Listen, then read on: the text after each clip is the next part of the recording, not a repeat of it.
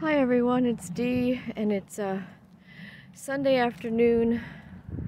It's not that cold, so I decided that I would take a little walk. So I hope you join me for a few minutes anyway.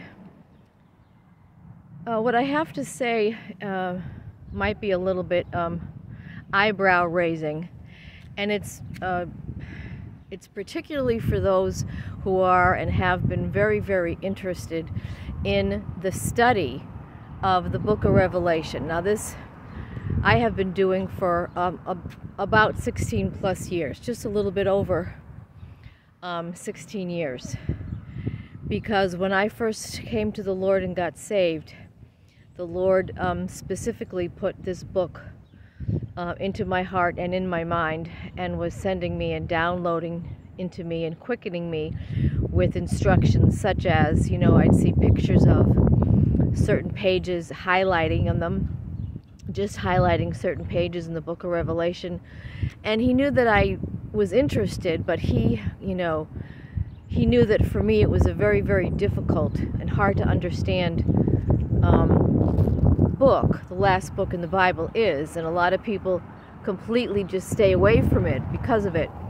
But the Lord did put it on my heart, and in just heavily kind of just was looking for me to do some things with it, like study it, know it. And I didn't have any idea as to why. And it's because of the fact that in the future years, I'm talking about 2008 when I first got saved, 2009, 2010.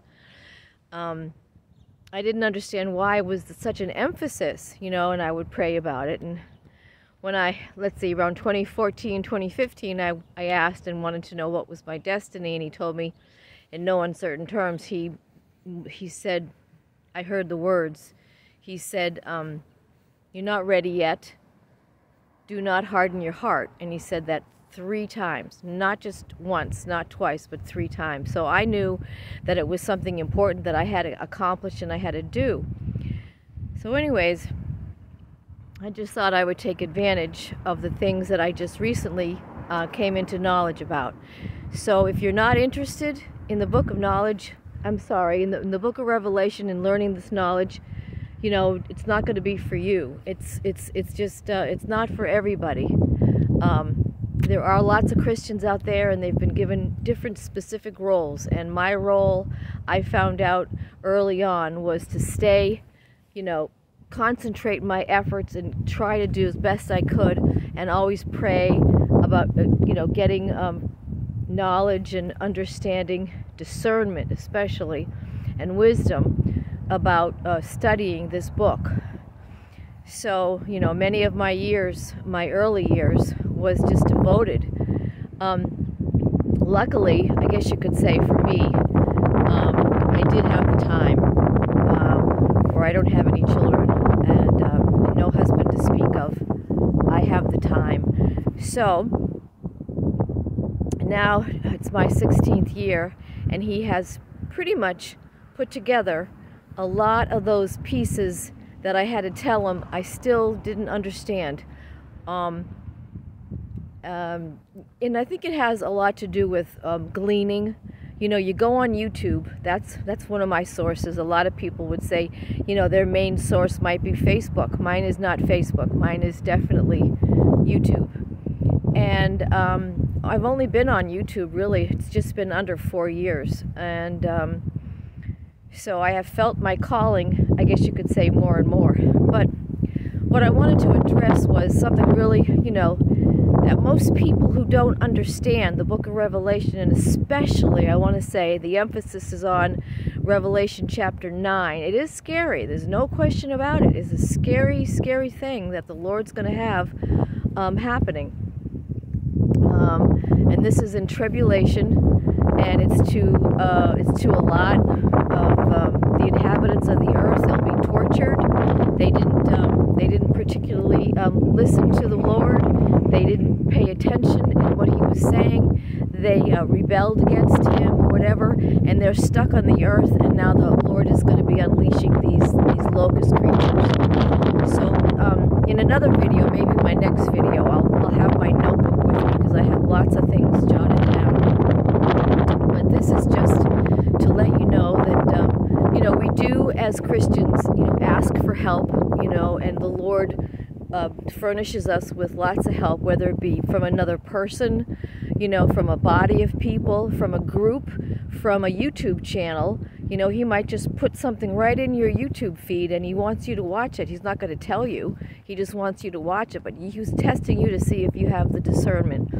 So anyways, these things have come up a lot and lately. So one of the ones who has been spending a lot of time, you know, just going into dreams and visions. Another messenger of the Lord is someone by the name of Vicky Parnell. And I don't know Vicky at all, but I do listen to her dreams and her visions that she gives. She gave one in 3 parts that I took special note of, and that's what I wanted to address. And I gleaned from her. And it was about, because I've been asking the Lord, just about when is that time? When is that time? Is it one and the same that the locusts are going to be unleashed on the earth? Is it one and the same as the 3 days and 3 nights of darkness? So the Lord has been working differently in me than he has been with other saints and other Christians. He does not answer me in words. He answers me all the time in pictures. In dreams when I'm sleeping, he sends me animated things that I can just really see. And he's made me know that I'm more of a seer than anything else. And he has given me a number of prophetic dreams in the past, especially about UFOs. But this I wanted to talk about because if any of you are studying the book of Revelation like I have been for 16 years, some things are just really, you know, you just put them aside and you pray about them. So I got my prayers answered. And so what I wanted to say was, and it was through this saint. And so I give her, you know, I just give her, you know, a lot of praise that she did put it out on her channel. And it's meaningful. So I would recommend her going to her community page. And I think it's something like End Times Dreams and Visions or Prophetic Dreams and Visions, My Lovely Jesus. You can look her up. And she sent out, posted on her community page 3 parts of a dream that she had. And it ties in with my questions that I've been asking the Lord about specifically, are the 3 days and 3 nights of darkness that are coming up, are they one and the same, or is it the same time frame as when the locusts will be unleashed? Because that's talking about tribulation. And at that point, you know, it's debatable, it's questionable with some Christians. They don't understand that there is a bride, and the bride has gotten herself ready. And I've been saying all along, it's going to be at the 6th seal when it happens. There's going to be that huge earthquake. Okay, if you guys are with me, there's going to be a huge earthquake that happens, and pole shift, and that's when everything is going to go dark and all havoc and everything breaks loose. So I just wanted to give you a heads up. Like I said, I don't have my notebook, so I don't have the exact things. But please, if you're really, you know, a student of the book of Revelation, and particularly trying to figure out, like I was, those things, I can tell you I gleaned. And that's what we do. We have brothers and sisters that we can depend on. And I did thank the Lord for answering my prayers, because that's how he answers prayers sometime. So if you have any questions or anything like that, please let me know. And if you're one of those that's just listening, I'm sure that this all sounds crazy. I mean, if you're not studying the book of Revelation but just listening to me talk, it's not going to make sense.